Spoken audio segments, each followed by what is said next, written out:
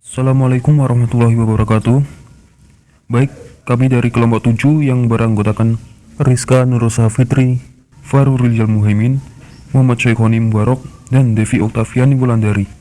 Dalam video ini akan dibahas mengenai humanisme dan renaissance dalam gerakan ilmu dan awal filsafat modern. Baik, langsung saja masuk ke pembahasan. Humanisme. Humanisme berasal dari kata Latin humanis berarti manusia dan isme berarti paham atau aliran.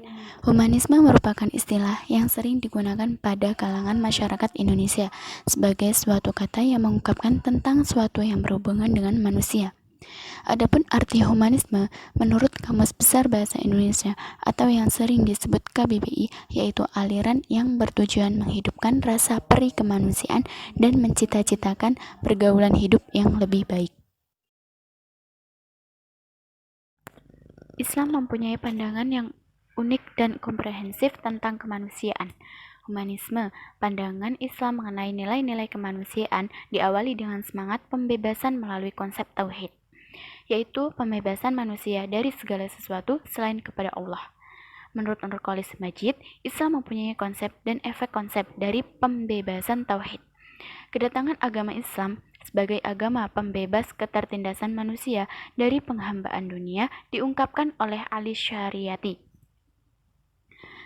Akhirnya datanglah Islam, mata rantai terakhir yang menyempurnakan agama-agama dalam sejarah yang tampil dalam ajaran tauhid dan kemenangan yang menurut seorang prajurit Islam adalah mengajak manusia pindah dari kerendahan bumi menuju ketinggian langit dan dari penyembahan manusia atas manusia kepada penyembahan manusia kepada Tuhan semesta alam.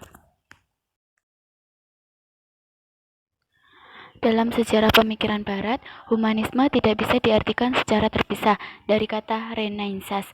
Humanisme sebagai kesadaran akan nilai-nilai kemanusiaan berawal dari akar sejarah abad pertengahan. Di saat masyarakat Eropa mengalami masa kegelapan yang sangat panjang, bagi masyarakat Eropa, abad pertengahan juga memiliki era tersendiri yang disebut era Tuhan. Dan manusia pun harus tunduk pada ajaran-ajaran Tuhan yang sebenarnya lebih didominasi oleh dogma-dogma dan hegemoni gereja. Rasionalitas pun tidak mempunyai ruang kebebasan. Urusan agama dan negara sepenuhnya diserahkan kepada gereja sebagai pemilik otoritas tertinggi. Suasana semacam inilah yang akhirnya membuat para aktivis kemanusiaan bangkit dan bergerak sebagai lambang perlawanan atas kediktatoran dan keotoriteran. Gerakan ini pada akhirnya disebut dengan Renaissance.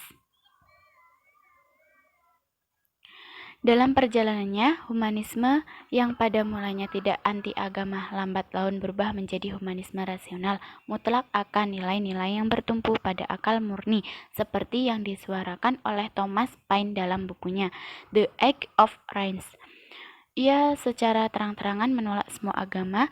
Bagi Paine, tidak ada agama yang mesti diikuti dan dipercayai selain agama rasionalitas. Humanisme mutlak yang tumbuh di era rasio pun telah memutuskan diri dari agama. Segala hal yang berkaitan dengan kebenaran, ilmu pengetahuan, dan juga segala urusan filsafat sepenuhnya ditanggung oleh manusia dan kebebasan masing-masing, bahkan urusan keimanan. Jika dilihat dari corak perkembangannya, humanisme ini pada akhirnya melahirkan aliran sukalarisme di Barat. Pada sisi corak masyarakat modern juga ditandai dengan maraknya nalar rasionalisme dari kemanusiaan menuju anti kemanusiaan.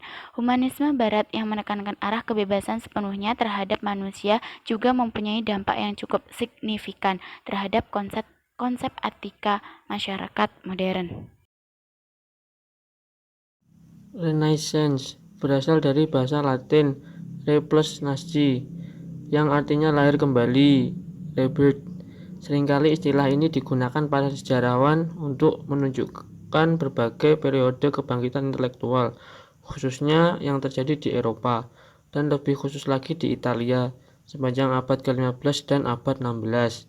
Pada awalnya, istilah ini digunakan oleh Michelet yang merupakan sejarawan yang terkenal, kemudian dikembangkan oleh J. Burchard 1860 untuk konsep sejarah yang menunjuk kepada periode yang bersifat individualisme, kebangkitan budaya antik, penemuan dunia dan manusia, sebagai periode yang dilawankan dengan periode abad pertengahan. Kaya filsafat pada abad ini sering disebut filsafat Renaissance. Filsafat modern adalah pembagian dalam sejarah filsafat barat yang menjadi tanda berakhirnya era skolastisisme. Waktu munculnya filsafat modern adalah abad ke-17 hingga awal abad ke-20 di Eropa Barat dan Amerika Utara. Filsafat modern ini pun dimulai sejak munculnya rasionalisme lewat pemikiran Descartes, seorang filsuf terkemuka pada zaman modern. Masa modern menjadi identitas di dalam filsafat modern. Pada masa ini, rasionalisme semakin dipikirkan. Hal-hal yang jelas menandai masa modern ini, yaitu berkembang pesat berbagai kehidupan manusia barat, khususnya dalam bidang kebudayaan, ilmu pengetahuan, dan ekonomi.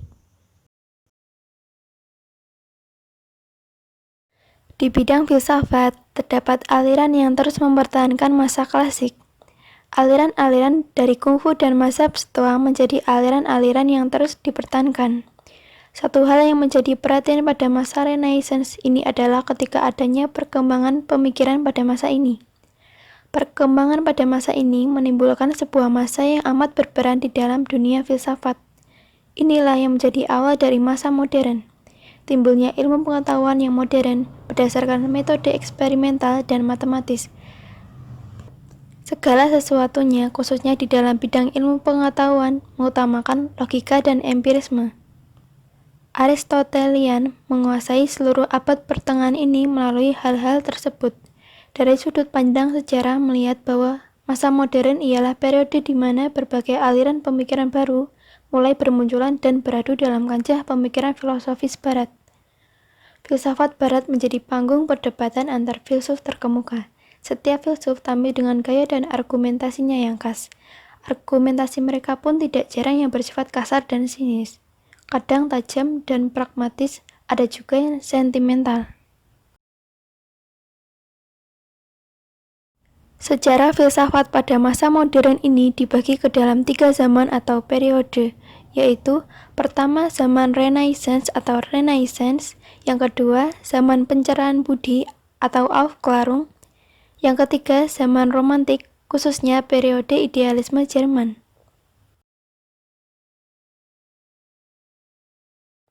Ada beberapa tokoh yang menjadi perintis yang membuka jalan baru menuju perkembangan ilmiah yang modern.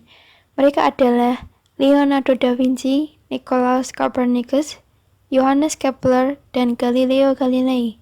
Sedangkan Francis Bacon merupakan filsuf yang meletakkan dasar filosofisnya untuk perkembangan dalam bidang ilmu pengetahuan. Ia merupakan bangsawan Inggris yang terkenal dengan karyanya yang bermaksud untuk menggantikan teori Aristoteles tentang ilmu pengetahuan dengan teori baru. Baik, terima kasih sudah menyimak video sampai selesai. Kami dari kelompok 7 memohon maaf sebesar-besarnya. Assalamualaikum warahmatullahi wabarakatuh.